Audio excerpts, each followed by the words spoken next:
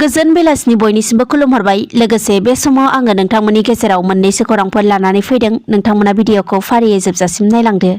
दिनै 2022 मायथाइनि 7 फेब्रुआरि बाराया समबार। दिनैनि गिबि खौराङाव दङ। रायजोनि गिबि मन्थ्रि डक्टर हिमन्त बिश्व शर्मा बिथाङा कभिड थासारिनि सायाव माखासे गोनां बाथ्राखौ फोसावनानै होदों। जेराव बिथाङा फोरमायथिनाय बायदिब्ला फैगौ 15 फेब्रुआरिसिमाव जुदि रायजोआव कभिड बेरामनि सन्देरनाय जाथाया खमायबोयोब्ला कभिडनि थाखाय होनाय गासैबो नेमफोरखौ बोखांनानै लाफिननाय जासिगोन होनना फोरमायथिदों। मख'नो गोनांदि रायजोआव कभिड थासारिनि बांनायखौ नोजोर होनानै सरकारा दासान्दि रायजोआव कभिडनि थाखाय माखासे नेमखान्थि एबा हरनि समाव कार्फिउ आरो सरकारि आरो सरकारि नङै गासै फरायसालिफोरानो बन्द जानानै दङ।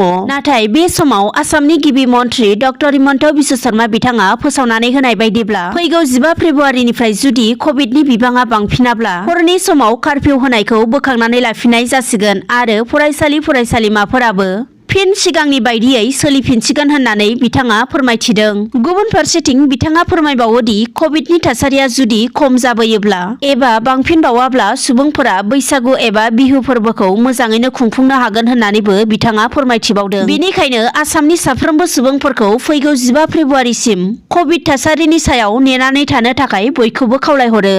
दायनानि सन्देहजों फिन सासे आइजोनि जिउ खहा। बेबायदि खोमसि फोथायनायखौ लानानै जाफ्लेनाय जाथाया आसामाव गोदान बाथ्रा नङा। सम सम रायजोनि दाब दाब ओनसोलफोराव बेबायदि जाथाया जाफ्लेबाय थानायखौ नुनो मोनबोबाय थादों। थिग बे समावबो खौरां मोननो हानाय बायदिब्ला आसामनि अदालगुरि जिल्लानि साखाथियाव थानाय सिमालुगुरि गामियाव दायनि सन्देहजों सासे 52 बोसोर बैसोनि आइजोखौ बुग्लिनानै जिउ फोजोबदों। जाथायनि बागै मिन्थिनो मोननाय बायदिब्ला थांनाय शुक्रबारखालि अमित गौर मुंनि सासे सुबुंनि दैदेननायाव दायनि सन्देहजों सासे आइजोखौ गाज्रि रोखोमै गाग्लोबदों। जायनि जाउनाव गोब्राब जोखोम जानाय आइजोआ उनाव जिउ खहा जानो गोनां जादों होनना खौरां मोननो हादों। बुथारजानाय आइजोखौ उदालगुरि जिल्लानि डिमाकुसि पुलिस थानानि सिङाव थानाय सिमालुगुरि गामिनि थागिबि फुलमती गौर होननानै मिन्थिनो मोननाय जादों। गुबुन फारसेथिं बे जाथायनि बागै खौरां मोननायनि उनाव पुलिसनि मोनसे हानजाया जाथायथिलियाव सौहैनानै आइजोनि गोथै सहखौ बोखांनो हायो आरो पुलिसआ बे बुथारनाय जाथायनि सायाव गुदि संदाननायनि गेजेरजों जाथायजों लोब्बा थानाय 7 दायनिगिरिखौबो हमनो हायो होनना मिन्थिनो हानाय जादों। मिन्थिनो मोननायाव हमजानाय 7 दायनिगिरिफोरा फारियै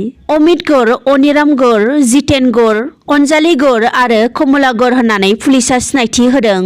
देग्लायनि मेट्रिक आनजाद होनो गोनां फरायसाफोरनि नखराव खौरां लाहैनायजों लोगोसे नायगिदिंहैनाय हाबाफारि लादों सालबारि एबसुआ। मिन्थिनो मोननायाव सालबारि एबसुनि बानजायनायाव भबानिपुर बिधानसभा बियाबनि सिङाव थानाय सालबारि ओनसोलाव मेट्रिक आनजाद होगिरि फरायसाफोरनि थाखाय मोनसे सोलोंथाइ सांग्रांथियारि हाबाफारि लानाय जादों सालबारि एबसुआ।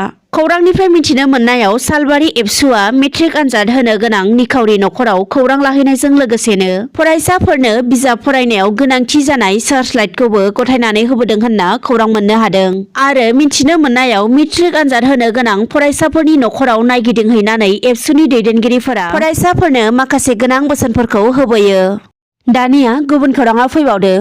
कक्राझार ओनसोलाव फिन सिखावनि उदखार। मोनथिनो मोननाय बायदिब्ला गारिनि ग्लास सिफायनानै सिखावा डकुमेन्टस गोनां मोनसे बेगखौ रांनि थफ्ला साननानै खावनानै लांदों। खौरांनिफ्राय मिन्थिनो मोननाय बायदिब्ला बे जाथाया कक्राझार सहरनि रुफाथि नोगोर एबा कक्राझार जिल्ला गावबुरा गौथुमनि आफादगिरि बिरहां मोसाहारिनि सायाव जादों। बिथाङा मिन्थिहोनाय बायदिब्ला गावनि गारिनि सिगांनि ग्लासखौ सिफायनानै सिखावा बेगखौ रांनि थफ्ला साननानै लानानै थांदों। नाथाय सिखावा लानानै थांनाय बेगाव रांनि सोलायै माखासे गोनां मुवा बेसाद एबा डकुमेन्टसफोरासो दंमोन होननानै बिथाङा मिन्थिहोदों। बेनिखायनो जाय सिखावा बे बेगखौ खावनानै लांदोंमोन बे बेगखौ होफैफिननो थाखाय कक्राझार जिल्ला गावबुरा गौथुमनि आफादगिरि बिरहां मोसाहारि बिथाङा खावलायहरदों। दिनैनि मोननैसो खौरांफोरा बेखिनियानोसै। गोजोन्थों।